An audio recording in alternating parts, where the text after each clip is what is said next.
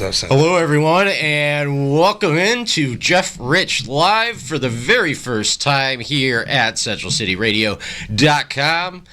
First show, I figured I'd go right back to the beginning of when I moved to Arizona, someone I became acquainted with without going very far from where I laid my head at night. My former neighbor, aspiring comedian. You've pretty much done it all. You've been a blogger. You've done the radio, the podcast thing a little bit. I don't know what you're up to on any given day, but I figured you were well-rounded enough to kind of talk about the week 2 in the NCAA and week 1 in the National Football League with me. You are a former football player yourself in your own right. To an extent, yeah. All right, why don't you tell us a little bit about yourself, Kevin Sweet? All right, so yeah, as far as the aspiring comedy thing, been on hiatus for a little over 3 years now, so don't know about that anymore. The aspirations still live, but the practicality of it is out the door. Yeah, we'll see. Maybe one of these days. Just haven't been motivated, especially after the previous year that doesn't exist. It's got to be tough for everybody that has the niches, including what I'm doing right here for CentralCityRadio.com. And, we talk offline all the time about what's going on, what's coming up this weekend. You're originally from Michigan. I'm originally from the state of Ohio. So we've got a football game in November that we kind of snarl at each other over. When we met, to be perfectly fair, when we met, Michigan still had the upper hand. Yeah. And even without winning a game, they would hold that upper hand for a couple more years after we became acquainted, just about 20 years ago now. 19. Yeah. Yeah. I got here 20 years ago, and I met you about a year in. Well, it's 19 exactly, because it was a few weeks after I got out the Army.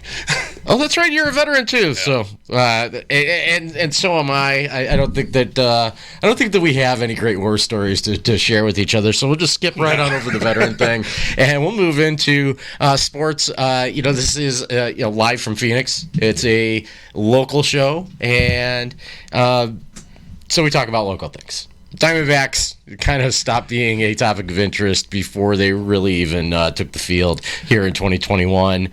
The Suns were great. The Diamondbacks have gotten better since they gave up as an organization. Well, that'll happen. Yeah. The pressure's off, and you just start swinging the bats. I could remember with the again. Here's a Michigan-Ohio thing. Cleveland playing it was the Chicago White Sox down the stretch in 2005, and as soon as they were eliminated, they loosened up and they started playing ball, but they didn't win like 4 must-win games there at the end of the season. But the Diamondbacks, it's nice. It was almost like they got into a fight at Chavez Ravine in 2013. Kennedy basically put one in Yasiel Puig's ear, and nobody on either side was very happy about it. And you had a bunch of guys that hit 300, 400, 500 home runs duking it out on the field while the young kids just sat there and watched their coaches go at it. I thought it was hilarious watching Mark McGwire breaking stuff up, just picking guys up. I'm like, he's like 50. Well, he was 50. This is this is 8 years ago now.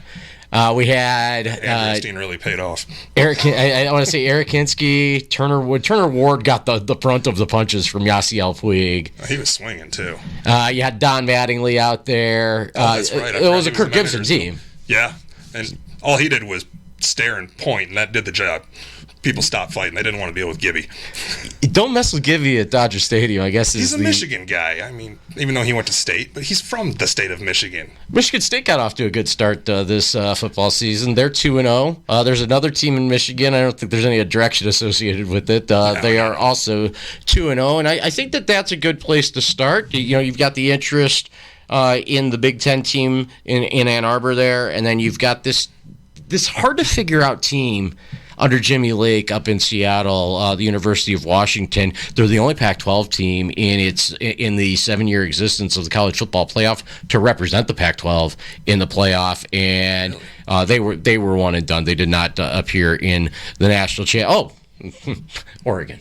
Yeah, I was going to say. Oregon was in the inaugural national championship game, and in the first Rose Bowl of the college football playoff, they handed Jameis Winston his first loss in his last game at Florida State. Jameis Winston's going to come up today. We're gonna circle back to Jameis Winston when we start talking about the NFL. He had an interesting day. I thought that he had quite an it. I thought the event that took place in Jacksonville was an event within itself. It was not the Jaguars losing to the Texans, because that happened in Houston today. Benched. Who's benched? I believe a guy named Aaron Rodgers. Aaron Rodgers is benched. Yes. What's their depth chart there? Who's the next guy up? Do they still have Joe Callahan? Is Matt Flynn going to come out of the bleachers to suit up for the Packers here? Oh, Jordan Love. Yeah. Jordan Love is the guy that started the whole hissy fit. Oh my. You know what? Ben wasn't happy. He didn't look too bad, though. I mean, got down to the end, and I think they fumbled it inside the 5. This was Jordan Love's first taste of the NFL. Yeah. But he looked pretty good as far as completions go. So he could be their guy. You know, you have to expect there to be a drop-off at some point when you go from Majkowski to Harv, or to Favre. Did I say Harv? Majkowski to Brett Favre to Aaron Rodgers. What the heck is Brett Favre doing here? Oh, shit, this isn't fair. Oh, he's suiting up for next week. Oh, I bet he is. But let's start on Saturday. We've been kind of all over the place. Let's go with Pac-12 for breakfast, and we'll work our way to Pac-12 after dark. Ohio State, Oregon. This game was supposed to take place in Eugene a year ago. Obviously, canceled because 2020 didn't happen for the most part. And the Ducks honoring their end of the home and home, even though they're not going to get the return trip from Ohio State at this point. Especially now. Cristobal goes on the road. They've got another series set up, by the way. But Cristobal takes his team on the road. And I'm going to tell you what, man. I dig this. I grew up in Ohio. A little bit of a bummer to see Ohio State lose, but I've become a bigger fan of the game. I've been more privy to attending the Arizona State games, even though it's not the same. Being out here in the sun has corrected your brain a little bit. Good call. But I do put on the yellow shirt just about every Saturday. I was working in my home studio yesterday, getting some things ready for the daily show that I do during the week. And I looked at the clock, and it was like 6:25. I was like, I don't think I'm going to go to the Sun Devils game tonight. And that was kind of how it went. But it was a rare opportunity with me not attending to actually watch them, because the worldwide leader, or its sequel anyway, picked up the UNLV Arizona State game because they were trumped by, first of all, your game in the big house. But I missed most of the first half watching that. Not the same time slot, though. Michigan Washington was a 5:00 game, and by the time Arizona State kicked off at 7:30, that game was over for all intents and purposes. Oh yeah. So what's Michigan's secret? Hey, how did they stop sucking all of a sudden? They finally figured out how to run the ball again. Do they have a quarterback? Yet to be determined. Okay. Because 14 pass attempts yesterday. So don't need to run or throw it when you're rushing for over 350 yards. Because I saw Joe Milton's now played about a game and a half for I heard he got hurt. Tennessee, and he is hurt. So you never want anybody to get hurt. But apparently he's also been running his mouth over there about this and that, and I'm like, bro, you can't hit a pass. Who are you to run your mouth? See, I've become kind of immune to that because everybody leaves Arizona State and runs their mouth. I mean, even Jalen Strong, after they put him into the NFL, he's got plenty of things to say about his time in Tempe. And he's more concerned about his weed business now. Jay Strizzy. It's got to be something like that, right? Because that was his Twitter handle. I forget what it's called. I haven't seen his posts in a while. He might have got kicked off social media. Oh my! He bounced around the league quite a bit. I remember, second round of the draft, the year that he entered. Everybody was like, Jalen Strong's got to go here. He's got to go here. And I think he ended up on 4 teams over the course of about. He played at ASU about Houston, though. 8 years ago. I mean, he was with the Texans. He was on the Browns practice squad for a while, and I'll tell you, I don't care. I don't care if these guys are tremendous at Arizona State. I don't stay with them. I don't stay with them as fans when they go into the NFL. I see Brandon Ayuk doing well for San Francisco. He's been doing well since he got drafted. What's Eno's contribution been with the Cardinals? He's on the team. Hey, and Marion Grice could say that at one point. Well, he made the depth chart at least, so he could see playing time. I think he's third string back. Okay, but he's not behind Dortch, is he? No, he's behind Connor and Edmonds. Yeah. Don't know why I was drawing a blank there.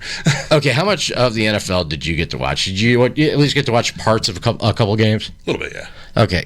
How weird is the number thing? I don't know. And maybe you got this in the preseason. The number thing is just so weird to me because there's a play where the Cardinals are playing the Titans, and I see number 1 split out, and my first thought is like, oh, trick play with Kyler Murray, and then I was like, maybe that's a 7, which Byron Murphy wears, but because of the single-digit numbers, it wasn't blatantly obvious to me that the quarterback was splitting out, and it would be because they've only been able to wear, 10 to 19, and then 80 to 89 in the past. Yeah.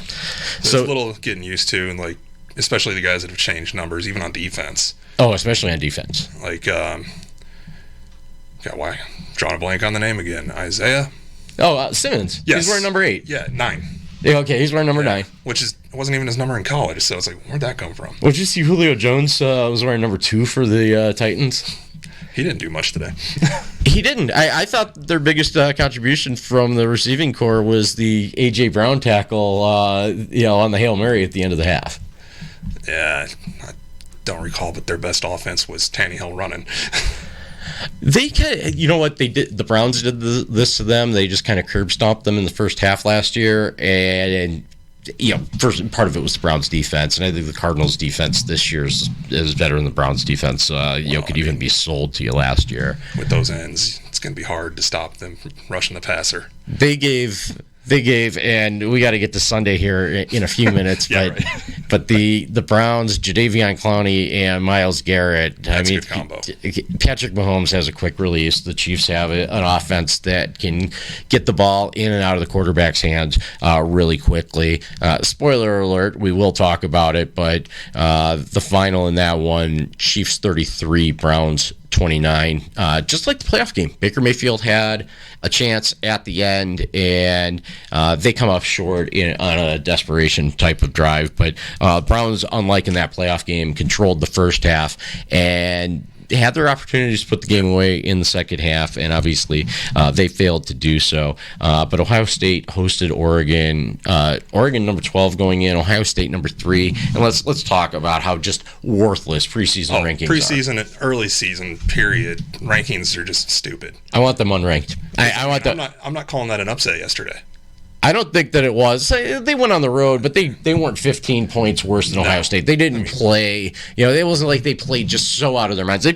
Oregon played really well. I know a lot of Ohio State fans are unreasonable, and they'll get on some stupid. Like Chris Olave fell into an Oregon defensive back. I mean, he was literally falling to the ground, and he stretched out, to hit the defensive back, and then you've got Marco Wilson jumping up and down, throwing a temper tantrum, looking for the flag, to the point where my wife, who really has no love for Ohio State, every incomplete pass, just like she just started jumping up and down on the ground, mocking the Ohio State receivers. Where's the flag? Where's the flag? We saw. I don't like the targeting rule. I know that you don't like it either. We saw a play at the end that could have shifted the tide of the game. It was a 4th and 18 play where C.J. Stroud got hit by, he was the ball carrier, to be perfectly fair, but he got hit by one of the Oregon linebackers, shell to the small of his back, and they reviewed it. They determined it not to be targeting, but it kind of looked like textbook targeting to me. And even though it happened to Ohio State and they didn't get the call, I don't like that type of call. I don't want that call tainting a great game. And I think it was a classic of a game, 35-28. Oregon led the entire way. Yeah. But Ohio State, they made it a 60-minute football game, and they really could have quit when it was 28-14. So they got back into it, and Oregon persevered in the end, and that's C.J. Verdell for Oregon. He looked good. He's a good player. I think that he's got better NFL prospects than Royce Freeman, who, to his credit, has bounced around a little bit. The other thing with the game yesterday, though, people got to remember, Oregon's top defender wasn't even in it. Yeah, so that game could have been even worse. Yeah, Thibodeau could have made that a lot worse, and it was just inexperience. It's a rookie quarterback. Yeah, but he looked good. But he did look good. He did look. That was one of those games where you looked at the loser of the game, and Ohio State only fell to 11, while Oregon climbed to 4 in the polls that came out on Sunday. The too soon polls. the polls actually mean something when they're based on you winning a game. There are voters that are quite obviously out there still voting for the U of A. They got 6 votes. They're still voting for the U of A, and those same voters aren't voting for ASU, which means they got the damn 2 schools confused. Oh, obviously, because the one hasn't won a game in nearly exactly 2 years. What was that date? October 5th of 2019. And in Boulder against the Buffs. The Buffs played pretty well yesterday. It wasn't on Saturday. Yeah, they could have won that game. That was so not in Boulder. It was in Denver at the Bronco Stadium in Power Field, I guess is what we're calling it now. I can't keep track. Stay tuned. It'll be different next year. But the mighty SEC has traveled this year, and you know that some of them. If you know anything about me, you know that I am not an SEC guy. You could throw 13 championships in 23 years at me. Okay, impressive. Shake your hand. Congratulations, but 23 years. I mean, is that specifically to cut off Michigan from having a championship when we go that far back, so that we can give it to Tennessee at the beginning and we can give it to Alabama at the end? Because I know who won it 24 years ago. I know you do. And moving on. No, I was at that game. But I do want to say that LSU went to UCLA. It looked horrible. And they've gone to Sun Devil Stadium, they've gone up to Reser Stadium in Corvallis, and they've come away victorious. But that was one of the few teams that does travel, though. That was Nick Saban that set up those games, which is surprising since he refuses to travel. Well, Les Miles was the one that ended up actually coaching those games. Saban was in the NFL, so it was there was a little bit of a transition at LSU going from Saban to. Well, we went from Saban to Miles. So Miles took over, and then Alabama had that transition year where they hired Mike Price, and then they hired Mike Shula, and then Mike Shula wins 10 games in his first year and fails to do so again over the next 2 years. So he gets fired, and then it doesn't look like anybody's going to take the Alabama job. And then Nick Saban just kind of has a change of heart about how he feels about the NFL, and it was the best decision he ever made. Oh, yeah. It's amazing, though. At that point, that school was not a destination for coaches or athletes. Not at all. Not at all. I mean, you figured that, and we have real world examples of it now. Nebraska after Osborne. Oh, they've gone in the toilet. Miami, essentially after Butch Davis. Miami should not be ranked right now. Well, I don't know if you know that they beat Appalachian State by 2 points. And it was because they got lucky on a pass breakup. What else do you know about Appalachian State, Kevin? Absolutely nothing other than they're in North Carolina. And they won 3 straight championships at the the FCS level, and they've since been transitioned to the FBS level where they play. I think in the Sun Belt, maybe the Conference USA. I think it's Sun Belt. Okay, maybe. But a very narrow victory for the U, and when I say U, I'm spelling it EWE as in ew, or a female sheep. Because weren't they ranked in the top 10 to start the season for no reason? Absolutely. It's for no reason if they were. I'll just say that. I've actually got the top 25. We'll go through it right here and now, and pull out my handy little Google machine here, and we've got. All right, number 1 is Alabama. Obviously, they've got 60 votes for first place. They beat Mercer. That was such a tough game for them. They beat Mercer after beating the U, who is ranked 24th. The funny part is the Mercer score wasn't much different than the Miami score. And they did blow Miami out of the building. Yeah. Georgia has actually beaten Clemson, and they showed against they also ran that they would have played on Saturday. Yeah, I've already forgot because it was another FCS school, I think. Yeah, so 60 to 10, I want to say that game was. Maybe? No, that was Clemson. Then Oklahoma. South Carolina State. Okay, Oklahoma, I think, just hung a 70 burger on an FCS. Yeah. Oh, it wasn't an FCS. It was Tulsa. Might as well be. Actually, no, Oklahoma State played Tulsa. I do think it was. Okay, then Oregon had, as far as I'm concerned, Oregon or Georgia should be number 1. Alabama has the win over Miami. Schedule, yeah. Georgia has the win over Clemson. And, Oklahoma has the big win after the scare against Tulane. Oregon has beaten a good Fresno State team, and a good and they've got Fresno State's old old head coach as their defensive coordinator. Tulane might be for real because they put a big number up yesterday too. Tulane might be a good football team. And then Iowa, after their win over Iowa State, they check in at number 5. So first team with a loss is number 6 Clemson. We do know that Georgia is probably better than. Was it West Carolina that they South Carolina State? That's what it was. Yeah, South Carolina State. So an in-state rival for the Tigers there. FCS rival. A&M at 7. They got away with it at Denver against Colorado. They get that bonus points for being in the SEC.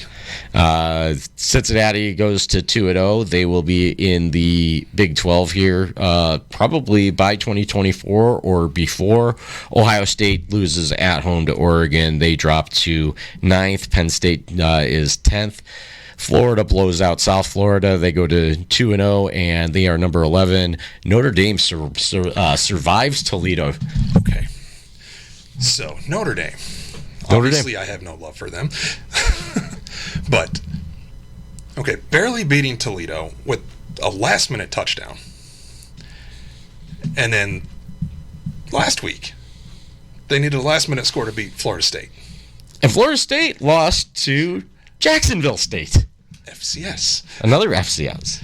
They're doing good in the FBS this year, that division. I think that the gap not only between FCS and FBS is narrowed, but I think very much a case in point, Toledo hanging with Notre Dame. Yeah. Another case in point, Northern Illinois knocking off Georgia Tech in week 1. Those aren't huge upsets. Mid-American Conference, Sun Belt, Conference USA, Mountain West. Those are not giant upsets over the Power 5 schools anymore. And then you've got I want to say that the American Athletic Conference is kind of a tweener at the moment.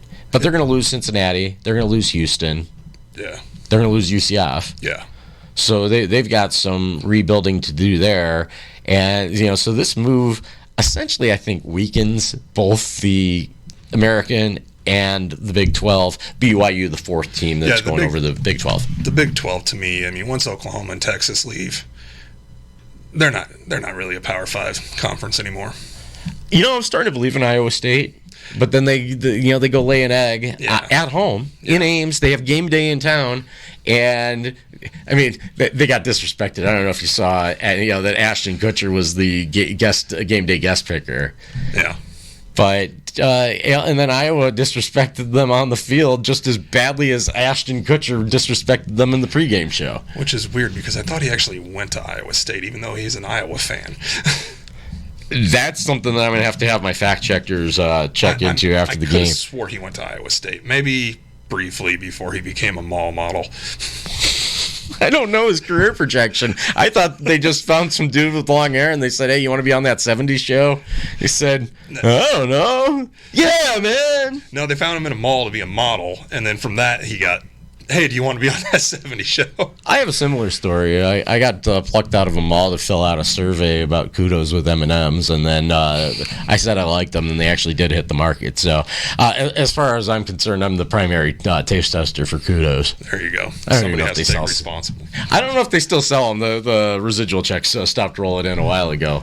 The free canister. Yeah. Oh, speaking of residuals, I want to talk to you about a little Fox Atomic film that I saw for about the 6 days that it was in the theater. David Koechner, Bad News Bears, Necessary Roughness type of feature film. I'm pretty sure my regular check for that was smaller than a residual check would be. So if you haven't seen it, The Comebacks, Fox Atomic Movies, Kevin Sweet in the scene of the big game, right behind the Sklar brothers for every scene that the Sklar brothers are on screen. Yes. Somehow I managed to stay awake because I was like 4 a.m. They did that in Northridge? No, we were in Fullerton. Okay, Fullerton. Some reason they have a football stadium there, even though they don't play football. Interesting. Yeah. Interesting. I had a buddy that went to Fullerton, and he ended up working at Grand Canyon, and he was always, inviting me out to basketball games and baseball games at Grand Canyon. And I was like, dude, you went to Fullerton. How were the baseball games? It was a juggernaut program. He's like, the entire time I was there, I didn't go to a single basketball or baseball games. And that's how it works for a lot of college students, especially in California. Unless you've got a Division I FBS football program. That's the only way that you're almost engaged by default. Because our school here, they'll show up for the first half, and then as soon as the game is pretty much decided, they split. Or at halftime. Yeah, I think yesterday they made it to the third quarter because it was still close. See, back in our time, you could get stamped. You could go across to fumbles or Bandersnatch. You could throw a couple shots or back. Or the parking garage across the street. Or in the middle of Veterans Way. Yes. But times have definitely changed. You can't even present a paper ticket to get into Sun Devil Stadium anymore. And part of that is with the age of technology, and part of that is the year that didn't exist. That's true. That's true. It didn't exist back then, but part of it's COVID now, and we want to have less hand to hand, less touching, less contact altogether. So Florida State lost in the most ridiculous way. Jacksonville State with a Hail Mary that was caught about 18 yards short of the goal line, and Florida State just they didn't know that they could play defense in the secondary on that play. Well, to be fair, the receiver did make some pretty good moves. I thought so. That stop and start thing, that was kind of ridiculous, though. It's fun. It was a lot of fun to watch, especially if you can find that radio call. I ended up favoriting it or liking it. Going back like 8 years on Twitter now. All right, so we had Florida State went down. That was a mention of part of the Notre Dame Toledo game. And let me tell you the age that we've come to. I have DirecTV, right? Mm-hmm. And I have all the ESPN channels. I have FS1. I don't have FS2, but I do have the Fox Business Channel. I do have all of the secondary channels that they tend to go to when the game runs over. Like, for example, you'd have missed the end of the Ohio State-Oregon game if you lived in Texas or Colorado because Fox had to cut away. But they made no such concession for the people outside of California for the end of the Mets-Yankees game, which was an East Coast baseball game that runs over for a 10:30 start between Stanford and SC in the Coliseum yesterday. Yeah. Good TV exposure for the Pac-10 or for the Pac-12. You get ASU on ESPN2. You get Utah at Provo on regular ESPN. You had Colorado. It was a day game. It was a late afternoon kick on Fox. You had SC and Stanford on Fox in the late game, and you had Oregon State and Hawaii on FS1, which only leaves Arizona playing San Diego State, and they had to put that one on the Pac-12 network. So I can't tell you anything about it. Yeah, who has that station? Last week I had Paige Denny in here, and her husband is Brad Denny, who covers the Sun Devils for Channel 3, and they have to have Cox. They have to have Cox because they got to be able to keep up with the conference that that he's writing about. So, sucks for them. It's interesting because you flip to Sunday, and if you want to watch the Steelers and you live in the Cardinals market, and, you're gonna watch the Titans and the Cardinals on Fox, and the Titans and Cardinals on Fox. CBS. Oh, it was CBS. Yeah. It was CBS. Good call. Good Strangely, call. Fox had the Colts. They had the Colts and Seahawks. Yeah. In our local market. Check 506sports.com every Wednesday, and you'll figure out what games are going to air in our neck of the woods here. If it's even correct half the time. I've seen it where the guide says one thing and the game is completely different. Yeah, and that happens because reasons, I guess. But Titans, Chiefs. I'm getting ahead of myself. Titans, Cardinals set the tone very early. Kyler Murray, he just wants to shush the haters. Is that too much to ask? He did a pretty good job of that today. I thought so. Four passing touchdowns, 1 rushing. And I don't think the supporting cast is fantastic here. Oh, he's got some weapons. I like Rondale Moore. I think that was a nice addition. I thought AJ Green kind of got in everybody's way. He made a couple good plays though. Just see the pick play they were trying to run where Kirk ran right into AJ Green. You got to go over or under that. Surprised Kirk didn't go through him. That kid's just muscle. Yeah. Well, it was immovable object against unstoppable force, and I'm just going to call AJ Green I the remember seeing him at the gym when he was in high school, and I was like, Jesus Christ, this kid's ridiculous. We're a nice little breeding ground here, and it's very recent. It's kind of with our generation moving here and staying here and raising children here. Because I talk to natives here, and they joke about it. They're like, I don't know where they all went. I swear they were all here when I went to school with them, when I was going to high school. Well, you're kind of a native here. I mentioned you're from Michigan. You spent some time in California. I've been here for quite a while, but it might as well be at this point. This is where you hang your hat most of the time. Yeah, I've been here since '94. With some hiatus. Yeah. A few trips to the coast. The aforementioned comedy aspirations. And then there was the Missouri thing, with the Army. Was that Fort Leonard Wood? Yeah, it was. Lost in the woods for sure. Oh, my. Okay, so Cardinals, they run the ball moderately well. They don't have Larry Fitzgerald, and at this point, I don't think they really want him back in the fold. There's no need for him. I mean, yeah, it's tough when a fan favorite is gone, but I mean, come on, he's almost our age. Oh, yeah. He's 38, should be 39 soon. I think so. So, I mean, it's time. He played at Pitt before Todd Graham got there. Oh, jeez. I was wondering why I had any interest in watching the Islanders play a Pac-12 school, and it was after the game that I see Todd Graham come on the field. I was like, I forgot about that guy. I would really be curious to hear how that interview went to get him that job, because his personality does not fit with the Islands. No, not at all. His personality did not fit with the locker room here. Privately. I think that there were some times that Todd Graham caught a raw deal, and notably when Ray Anderson was hired as the athletic director. Well, yeah, the way they did it, sure. The team itself was not upset. I got inside info on that one. Hey, fair enough. Yeah. Fair enough. Okay, so we had the Cardinals knock off the Titans in relatively easy fashion. Oh, that game was over in the first quarter. And what's up next for the Cardinals? I haven't looked ahead. I've been so focused on week one. I can't wait to, after we're done here, go watch that Rams-Bears game, the first game in SoFi Stadium in Inglewood.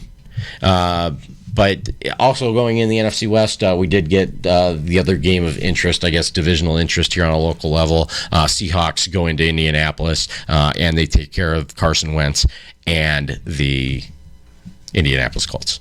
The Browns and Chiefs were the late game. I didn't mention San Francisco. Detroit. Oh, they play the Vikings next week. Okay. Good. Oh, Cardinals meeting up with Patrick Peterson. That's a gotta have it. Oh, they're going to burn him.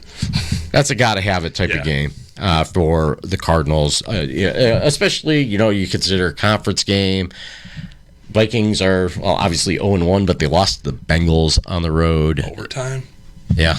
And they let two great comebacks today. Both came up a little bit short. Well, the Chiefs had one that was successful, but the Lions. What was that game? Was that game 41-14? And they got it to 41-33? I want to say it was 41-17. Okay. Because it was it was 41-17 because they scored. There was 38-17. So they got two touchdowns with the deuce after touchdown. Yeah. The DAT. And then they ended up losing by 8, and I think they had a chance. I think they turned it over. Yeah. Well, they had inside in the red zone. They had 3 timeouts. Yeah. After recovering the onside kick, so they had opportunities. Jared Goff started to play a little more relaxed when he was playing with nothing to lose. Ryan Tannehill plays a little bit better, and the Cardinals just didn't let them get away with it. Derrick Henry couldn't run the ball, and when you put the game on Tannehill... No, he couldn't run the ball at all. Well, he had to, but he had to run I'm just saying... he couldn't run the ball at all today. So this J.J. Watt thing is going to work out pretty okay. Yeah, I think, especially in the first half, he was drawing that double team big time, which allowed Jones to just add leverage to his negotiations. Did Jones get to Tannehill at all? I don't remember. Only like 1,000 times. 3 sacks in the first quarter, 5 overall. Came up 2 forced fumbles. And came up just short of achieving the Gastineau / Derek Thomas of 7 sacks in a game. So pretty impressive stuff. And he was doing it against their top offensive lineman too. And I picked the Titans. The Titans. Well, I think most people would have. And I picked the Chiefs. Yeah. Who else did I pick? I picked Tampa Bay on Thursday. I had to tweet it out. At Jeff Rich Talks, by the way, on Twitter. That game was a lot closer than I expected it to be. And what? But of course, when they were giving him the ball back in the last couple minutes of the fourth quarter, I said, well, if anybody can do it, that's the guy. Always. Yeah. Always. It's kind of hard to bet against him. Just an unbelievable player. Just an unbelievable. He's had that chip on his shoulder since he was at Michigan. Because he was not good in college.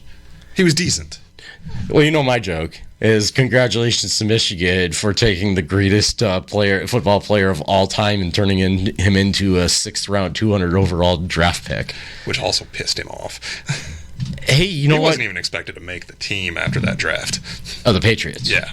I think Belichick liked him, but Belichick might have said that, in hindsight of having to settle for him because they put the likes of Rohan Davey and Cliff Kingsbury on their roster. And even if you like Cliff now, Cliff was a good quarterback for Mike Leach at Texas Tech, and he essentially never played in the league. If you have a strong arm, you're a good quarterback for Mike Leach. Well, I saw Graham Harrell took the job that Kingsbury abandoned so they just found another Texas Tech quarterback. If things go poorly with Kingsbury, maybe we'll see what Seth Deggy is up to these days. Or I can't remember. I think it's Roosevelt Potts. God, I haven't heard that name in a while. It was Potts, but Roosevelt Potts, I think, was a running back for the Indianapolis Colts back in the day. So 49ers get away, hang on against the Lions, the Sea Chickens, take care of business against the Colts. Cardinals handle the Titans, and to be determined on the Rams and the Chicago Bears. What do you think of that quarterback situation there in Chicago between Dalton? You still got Foles that's there, and you've got Justin Fields, who they feel is the future. And no offense to Dwayne Haskins, but I think that Justin Fields really has the opportunity to be the first great quarterback from Ohio State since ever. It is ever. At least when you talk about the Bears, I think the next greatest quarterback from Ohio State played wide receiver for a couple of years for the Raiders. Oh, we're going to talk about Pryor. We're not going to. I'm just saying. You could mention Pryor. Pryor was one of those guys that I despised at his time at Ohio State. In fact, Pryor, I could really put a lot of the blame on for the reason that Jeff doesn't root for Ohio State anymore, because he got my guy fired, man. He got my man from Mentor, Ohio fired. He got himself fired. Yeah, and it's very true. It's very true. If he didn't do anything wrong, paper trail. If he didn't do anything wrong, there would have been a time for a difficult decision in Columbus, whether the game had passed him by after they lost to Florida, LSU, and Texas in big games, if not championship games, in consecutive years, and it was possible to suggest that, hey, just because you can win the Big Ten doesn't mean you're the right coach for this program. And we've seen in our lifetimes, Kevin, we've seen college football go from being a regional game to a national game, and I might even say not in a good way. Yeah, it's definitely changed a lot, and I agree, it's not all for the best. They've been attacking that Rose Bowl since the beginning of the Alliance in 1993. I'm a stickler for tradition. I think it's great. You win your conference, you go play the champion, of the Pac-10, Pac-12, Pac-16, whatever it ends up being. But there's no relationship between. Well, they've got this new alliance that doesn't really, that they haven't really said does anything. Yeah, to me, it's just weird watching the Rose Bowl anymore when it doesn't work out to be the Big Ten and Pac. Whatever. My last memory of Russell Wilson as a college football player was failing to beat TCU as a Big Ten championship quarterback in the Rose Bowl. Well, it's just an odd matchup. It just doesn't make sense to me. I mean, TCU was really good, especially during that stretch. For a while. Especially unless you ask the voters. There was a complicated year where if Texas didn't win the Big 12 championship, and it was an Ndamukong Suh led Nebraska squad in the Big 12 championship, My favorite dirty player. And Colt McCoy barely got a pass off to give his team a chance to kick a field goal, and there was going to be a lot of debate whether it was going to be Cincinnati or TCU that played Alabama in that championship. It would have affected who won the national championship, mind you, but it would have been interesting, because some teams do like to count their appearances in national championships rather than the actual victories. And I say if you don't win that game, there's really no point in boasting about being there. No. I remember in one of the last years before they went to this quasi-playoff, both Boise State and TCU, I believe, were undefeated and worthy of going to one of the top bowls. If I recall that correctly, they played each other in the Fiesta Bowl. They did play each other in the Fiesta Bowl. One of the teams I think the team that won had a loss. I think they were 11-1 and 12-0. I think it was Boise that won. Okay. Yeah. I remember interacting with players from both teams that week, and they were both in agreement on getting shafted by getting to play each other, even though it was the Fiesta Bowl, so they were happy about going to that game. They just all agreed that it was BS that neither one of them got an actual opportunity. The Pac-12 just really hasn't gotten a lot of opportunity. Imagine being a Mountain West or Western Athletic Conference team at the time. They weren't even in the same conference for a long time. Yeah, I think that Boise actually might have was in the WAC, I think. And then they came over to the Mountain West when Utah, BYU, and TCU abandoned the MWC. Yeah. So it's hard to keep up with. I mean, if college football doesn't have tradition, really, what does it have other than being an inferior level of football to the game that we watch on Sunday? We don't watch. Is it really that inferior? Depending on who you're watching? Is college football that inferior? Yes, in absolutely. general, maybe, but I think it depends on who you're watching. I don't. I think Alabama can beat half the NFL. I don't at all. I mean, Alabama's got maybe they could beat Detroit. 12 guys that are ready to play in the NFL the next year. No, Jacksonville would slaughter Alabama. Yeah. And Trevor Lawrence has shredded them. Urban Meyer, I don't know if you saw these reports. He's not going to make it to the end of the year, man. Okay, so you saw that Jason LaCanfora is breaking news that he has worn out his welcome. That's been announced. They were saying he was rubbing people the wrong way during preseason. Now, I guess today he absolutely lost it after the game. It's like, what did he expect coming to the NFL? Did he think he was going to roll people like he did at his last couple stops? I think that Ohio State is the only place that he's been, including Jacksonville, that he's fairly welcomed. Because he didn't burn bridges. He named his successor that's done pretty well to date. Lost his first regular season game on Saturday, but Ryan Day has, it's kind of picked up where Urban left off there, and you may not like that as a Michigan guy, but he's not invincible. He is not unbeatable. We've seen. We saw Clemson beat them in a close game in the Fiesta Bowl 2 years ago. In 2019, we saw Alabama roll over them last year, and we saw Oregon close game. Wasn't it 33-0? No, that was the first time. Oh, okay. That was the first time. Yeah, I think you're going back to 2016. I'm talking 2019. Oh, man. Yeah, it was the second time they made the playoff. First time they won it all, and the second time they didn't score a point. In fact, I don't know that. And it was debatable on whether or not they deserved to be there in the first place. I remember that. Oh, that's always a debate with Ohio State, whether they're undefeated or they've got 2 losses. Hey, undefeated at 5-0 shouldn't count. They might have won a 6th game. I might even say it was they would have won that 6th game. Fairly inevitable, but Michigan decided not to. I think that I honestly think that Michigan was on the fence, and when they saw that it might screw Ohio State, they just told them to go fuck themselves. And the thing was, if Ohio State loses that game, they still had a better record than Alabama. So even if you theorized a loss in Columbus to Michigan, which it's been a while. Completely unlikely, especially last year. I mean, I'll admit it, they were hot garbage last year. What did they finish last year? 2-3? Better than U of A. For their last 14? Yeah, I think they were 2-3. Well, they lost to a winless. I don't know if you might see it on billboards, but 70-7, they beat the U of A. That billboard is still there. I just saw it a couple weeks ago. It's half the T-shirt stock at Cactus Sports on Mill Avenue. Really? There's, Sun Devils 70, Wildcats 7, and really. I don't think ASU is one of the better teams in the Pac-12. The way that they played against UNLV, they've been sketchy the last 2 weeks, and Southern Utah, it's going to catch up. The only reason last night looked like an impressive win was because they finally turned it on in the fourth quarter. Before that, they were 100% reliant on Daniels running. Which, when your quarterback is your leading rusher, that's not good. Even if he is a stud.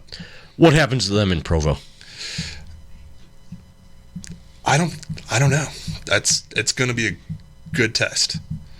I think it's going to be a big test, and I'm not saying I think Utah's got problems too. Yeah. I'm not saying the BYU team that we saw beat Utah. I mean, that was also a rivalry game, so it was rowdy. Yeah, and BYU. Them church folk get pretty rowdy on that 3-2 beer. I mean, they're still got a pretty solid team coming back from last year. I mean, obviously they lost the key piece of last year's team. Yeah, he had kind of a rough go in his first start. They said that he played fantastically, in the end when they were, when they were just eating up yards and Carolina was just wasting clock. He's going to have a rough go the entire time he's there. I think Lawrence is too. Oh, for sure. Those are two teams that I don't know if you can turn around. But if you look at the Browns, and I know that they're 0-1, that's all that really matters at the end of the day. But they look good. Yeah. You looked at them. They've hung with the Chiefs the last 2 games in a row. They just got to learn to finish. Yeah, and that doesn't come out easily or automatically. And we definitely have to consider, just like we have to consider Oregon being a good team that beat Ohio State. I think that we have to consider that the Chiefs, that they've represented the AFC in the Super Bowl the last 2 years in a row. They do know how to win. Yeah. And Andy Reid always has. I don't think that he's had the personnel, and I don't think that he's, everything's got to come together for you. And I'm one of those people that, despite what popular belief is, a win is a win no matter how ugly it is. I don't care. If you win, you win. That's the only stat that matters. Watching Arizona Cardinal football for the last, how long have they been here? They put 30 up some years. Numbers today. It's nice to see that they're not automatic. They're not a joke by default, and that almost ended the second that they moved. Yet the fans are still complaining online. Really, fans are unhappy with something. I mean, I know it's not ever a good idea to read the comments. Never read the comments. But sometimes I'm a sadist. I'm a glutton. I'm a glutton for idiocy. Even more rarely, I'll occasionally even chime in with how stupid these people are. I watch my father argue with somebody that... I don't argue. I just point out a fact, and if anybody wants to come back at me, the other 5 people that have a brain that functions come in to take care of the argument for me. There's still Browns fans that are convinced that Baker Mayfield is just okay. I'm not saying that he's impressed me. Mahomes level... and I don't think that he's at all where he was with Oklahoma. Of course, I'm still not ready to call Mahomes one of the greatest ever. I'm not ready to either. It's still too early. I mean, they've already anointed him a Hall of Famer. No. And he plays a different style of ball. Yeah. If he's a Hall of Famer, Russell Wilson's a Hall of Famer. Which, I don't know if he is. He's had a solid career, but I don't know. You do look at their Super Bowl championships differently because they're both 1-1 in the Super Bowl, right? And you look at Seattle's. I'm also one of those people that doesn't really think the championships in general should matter to an individual player's credentials to make the Hall. Well, it didn't affect Marino. It doesn't affect Barkley on the basketball side. No, but they wanted him. Jerry West wishes that he had more. So, the Hall of Fame, they say, what is it? Get in the league, get your bag, get your championship, make the Hall of Fame. Yeah. Getting the bag is the most important thing. I mean, that's almost a given anymore. It has to be. $500 million for Mahomes. So, I'm still trying to wrap my head around that deal. The other Watts got this week. Oh, TJ. Yeah, is he really worthy of being the highest paid defensive player of all time? They believe that he's better than Myles Garrett in Pittsburgh. They really do. I haven't seen it yet. They have a lot of belief. They're so desperate for their Polamalu because they've had good players, and they look for somebody to be a leader on that defense. And I think they're trying to force it upon T.J. Watt a little bit. Right now, as far as I can tell, the only thing he's better at than Garrett is composure. He's never beat anybody over the head with their own helmet. Oh yeah. Oh, I don't know. Which I'm not mad at him about either. If the guy may or may not have said what he claims he said, he deserved it. Also, strap your helmet on. It's just so miraculous the NFL lost the audio from a starting quarterback on a primetime game. It's just so confusing to me. I wasn't there. I look at what Garrett says, and I look at the way that Rudolph denies it, and I can only deduce that I wasn't there, so one of them is right and one of them's a goddamn liar. And he got hit in the head with his own helmet. And he did get hit in the head with his own helmet. And it was a glancing blow, too. All these people making such a big deal about it. Well, and that's just the thing. It was a 6-game suspension and a healthy fine. It was the side of the helmet, which is weak. See, my opinion on that, it happened in November. If you hit him with the crown of the helmet, yeah, he could have killed him. But the fact that Rudolph he didn't even react. He didn't even react to being hit until he realized. It took him a second. If he goes down, if he just immediately plops to the ground, and he's knocked unconscious for even 30 seconds. That is an entirely different situation. That's an entirely different penalty. Your boy for from Myles Akron Garrett should teach him that. Are you talking about Harrison? No. That's from Akron. The basketball player. Oh, the basketball player. No, we don't I know, talk he's about not your boy anymore. We don't talk about him anymore. All right, so Seahawks win, Cardinals win. Niners win, so no ground gained in the NFC looks like West. The Rams might win, and we're thinking that the Rams are going to be winners. I picked them. Why does my phone keep blocking? Oh, this is great dead air time. It is. Oh, it's 13-7 now. Bears scored. Okay, so Fields hasn't thrown another pass since. No, he's still 1 for 1. So he gets a participation ribbon for the day's activities. If it would have been a touchdown, he'd have a perfect passer rating. All right, I want to get to baseball real quick before we get out of here, but Jameis Winston, starting quarterback, New Orleans Saints. Drew Brees is in L.A. calling the or at least working the studio for NBC. So Jameis Winston gets the nod against Aaron Rodgers and the Green Bay Packers on a neutral site. Definitely didn't go the way anybody would have expected it to. No, I did pick the Green Bay Packers in that one. The way it went. I didn't even see the final. I saw 38-3 was the last time I glanced at it, and then I had to head over. That was the final. Okay. Nice little debut. Nice work by Sean Payton. Getting through that first game. The Broncos lost their first game with Greasy at quarterback after Elway retired. So it's hard to replace a legend. Filling those legends or filling those shoes is a big deal. And going out there that first game is going to be big on Jordan Love whenever they make the move. Does Jordan Love start in week 2? Probably not. Does Jordan Love start any game before week 18? You would think no, but I'm going to say if Rodgers comes out like he did today, it's almost done. Yeah, he had a great year last year after being motivated by that first-round draft pick. But his whole offseason drama, which, somehow he gained a little bit more popularity, even though it exposed his true personality to the world a little bit more. Well, what should might have thrown a little gas on the fire was the news that broke this weekend that everybody knows that little squirmy John Mulaney is stooping Olivia Munn these days, but now he's talking about knocking her up and being in rehab at the same time. So is he still in rehab? Of all the people that have gone to rehab, especially for a substance abuse, he would not be one of my top picks. No, you never know, man. It's a scary thing. He's the one that when I hear him say "fuck" on a special, it's like, does your mother know you're here? It's like, wait, I thought he was a clean comic.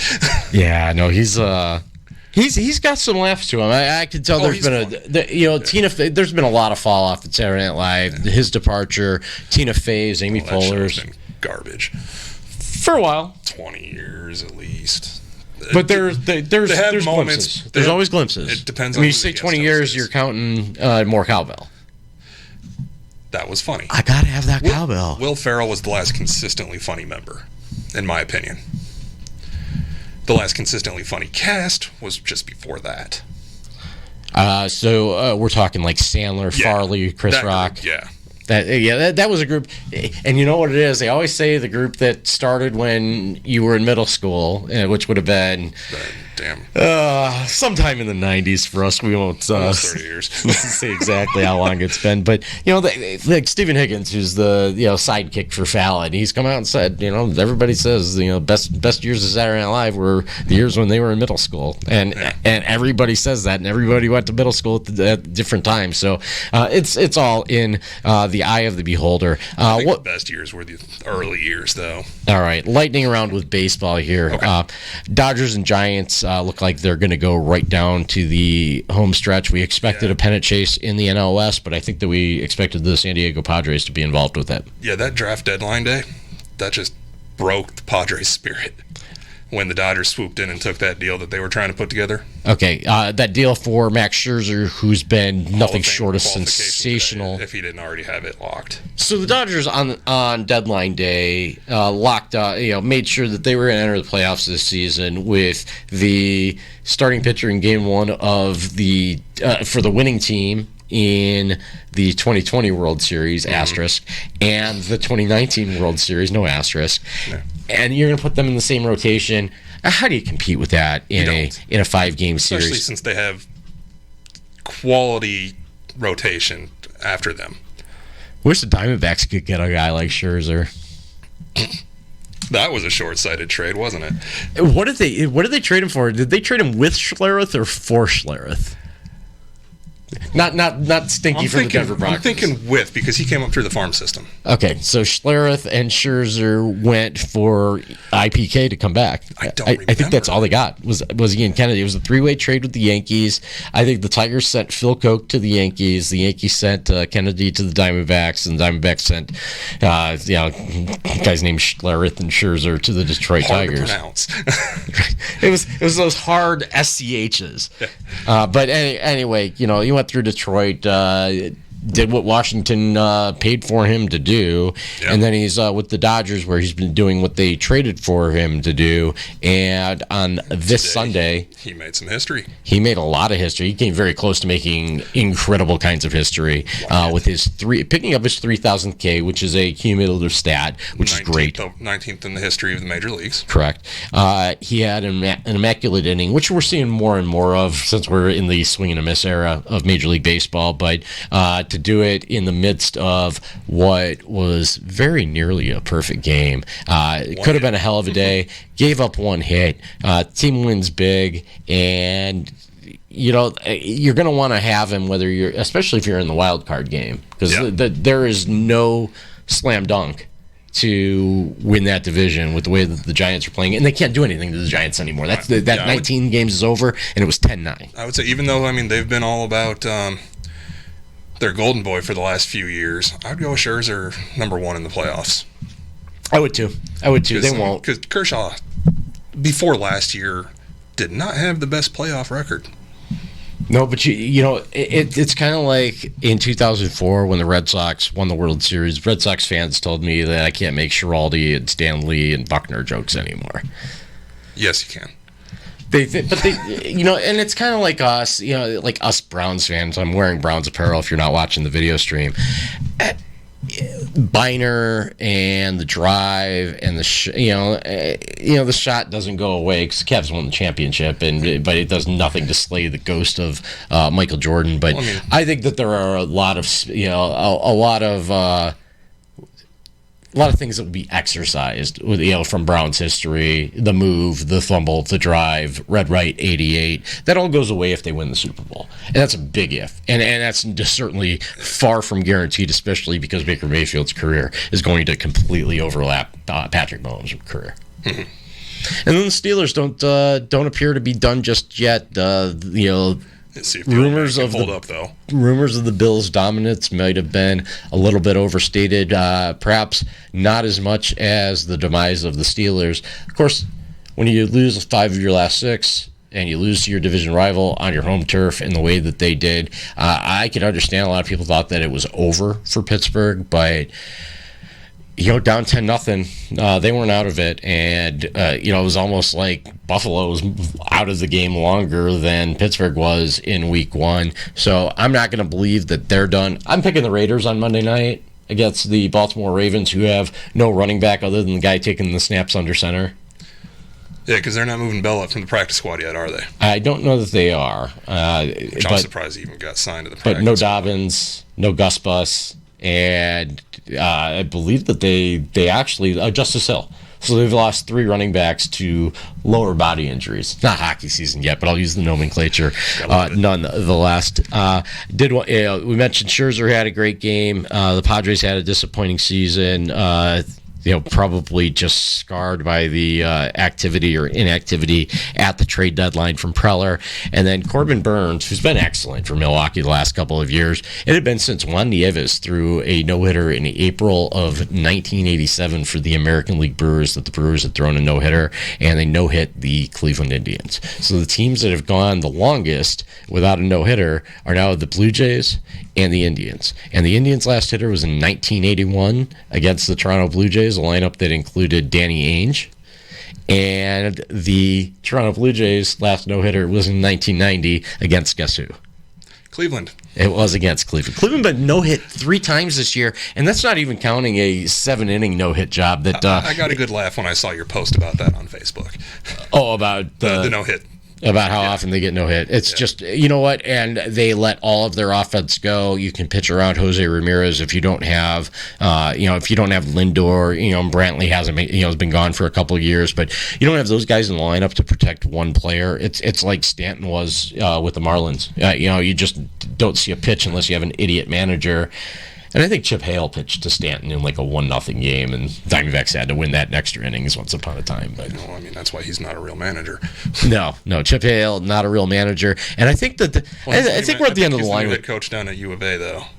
Oh, is he? Or he's down there at least, I think. Okay. Well, we got Willie Bloomquist here at ASU. I do go to some ASU baseball games, but congratulations to Corbin Burns and actually Josh Hader. It was a combined no-hitter. So which to me, that shouldn't count.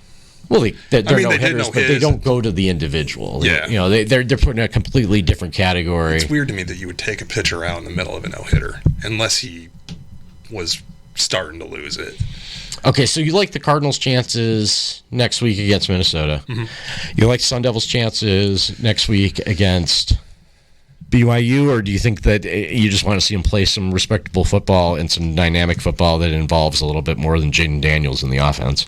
Well, I definitely want that. I think if they can get off to a faster start than they have in the last 2 games offensively, granted, the first week they didn't have to do anything offensively because their defense just kept giving them the ball deep in the enemy territory there. But, yeah, they definitely need to get the offense clicking early. And then if that happens, then they should be able to beat BYU. All right. I see we're running short on time on the clock here. You want to say anything before we get out of here? I'm just looking forward to what this season has to hold here. All right. That's going to do it for us here. Jeff Rich, live from Phoenix, episode 1 in the can. Stay well, and I'll see you around.